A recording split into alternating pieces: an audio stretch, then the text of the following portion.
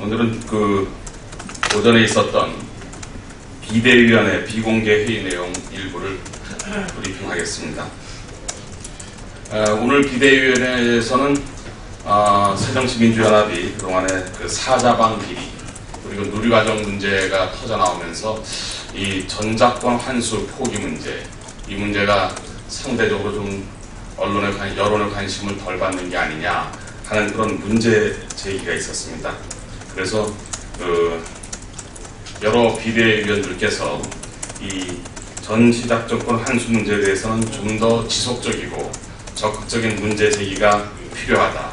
그리고 여론 환기가 있어야 되겠다는 그런 의견들이 있었습니다. 문재인 위원의 문제 제기가 있었고요. 그리고 정세균, 박지원 두 분 위원님들도 적극적으로 공감을 표시하고 전작권 환수 재연기, 사실상 포기 문제에 대해서 좀 더 적극적으로 대응해야 된다는 그런 주문이 있었다는 말씀을 드리겠습니다. 오늘 비대위원회에서 나온 얘기들을 종합을 해보면은요,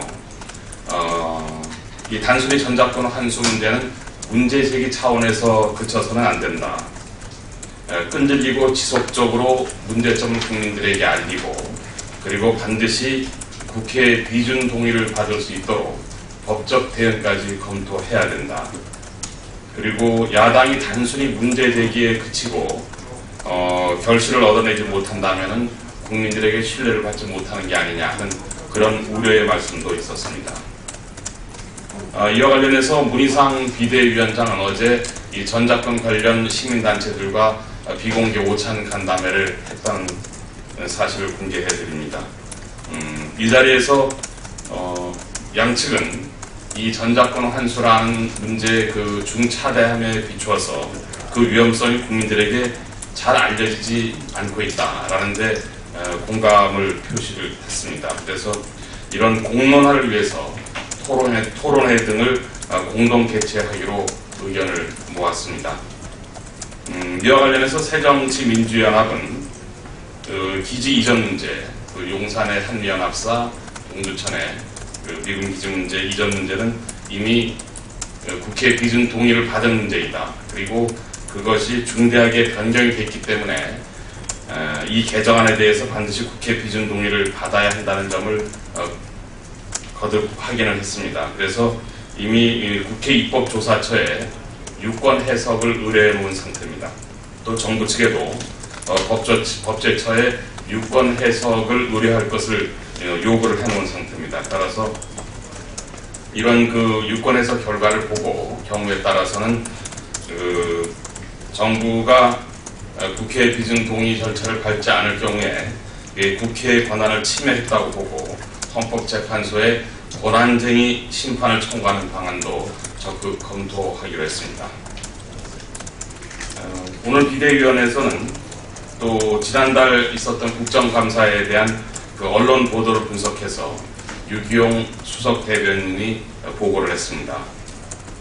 10월 8일부터 10월 28일까지 조간신문 그리고 포털뉴스 또 지상파 방송 3사의 보도를 분석을 했습니다. 국정감사라는 사안의 특성상 야당에게 유리한 측면이 있었겠습니다만 언론 여러분들의 적극적인 관심 덕분에 우리 당의 보도량이 전반적으로 많았습니다.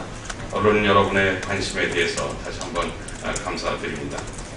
조간신문의 경우에는 새정치민주연합이 881건 그리고 새누리당이 787건, 방송 3사의 경우에는 KBS가 우리 당이 53건, 새누리당이 43건, SBS도 우리 당이 52건, 그리고 새누리당이 29건으로 우리 당이 많은 걸로 이렇게 나타났습니다. 다만 MBC의 경우에만 새누리당이 40건, 그리고 새정치민주연합이 34건으로 새누리당의 보도가 더 많았던 걸로 이렇게 분석이 됐습니다. 이와는 별도로 우리 당이 지난달 말부터 지속적으로 문제를 제기하고 있는 이른바 사자방 비리에 대해서 지상파 3사의 보도를 별도로 분석을 했습니다. 그런데 다소 아쉽게도 방송 3사의 관심이 상대적으로 좀 적은 걸로 분석이 됐습니다. 지난달 29일부터 이달 10일까지의 보도량을 보면요, SBS와 MBC가 5일 동안 메인 뉴스에서 보도를 했고요. KBS는 그거보다 적은 3일 동안만 보도를 했습니다. 이 정도의 지상파 3사의 보도량은 일부 종편에 비해서 절반도 되지 않는 수준이라는 점을 말씀드리겠습니다. 이 사자방 비리, 자원외교, 방위산업 비리, 이런 문제들에 대해서는 국민적인 관심사가 매우 지대하다는 점에서 공영방송이, 특히 공영방송이 좀 더 역할을 해주기를 기대를 하겠습니다. 이상입니다.